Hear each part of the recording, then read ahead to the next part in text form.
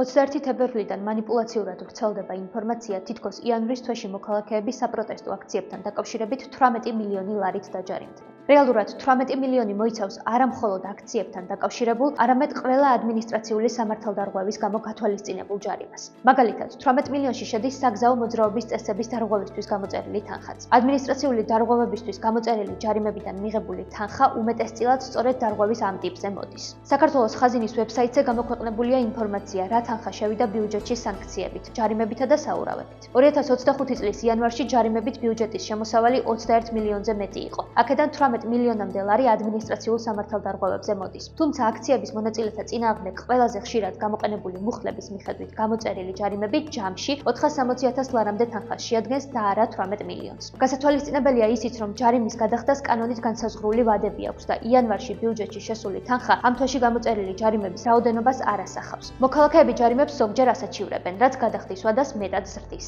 საქართველოს მასშტაბით მიმდინარე საპროტესტო აქციების ფონზე ადმინისტრაციულ სამართალდარღვევათა კოდექსში ქართულმა ოცნებამ შეიტანა რიგი ცვლილებები, რომელთა მიხედვითაც ჯარიმების ოდენობა მნიშვნელოვნად გაიზარდა. როგორ აისახება ეს ცვლილებები ბიუჯეტში შესულ თანხებზე, ამაზე ინფორმაცია ჯერჯერობით არ გვაქვს.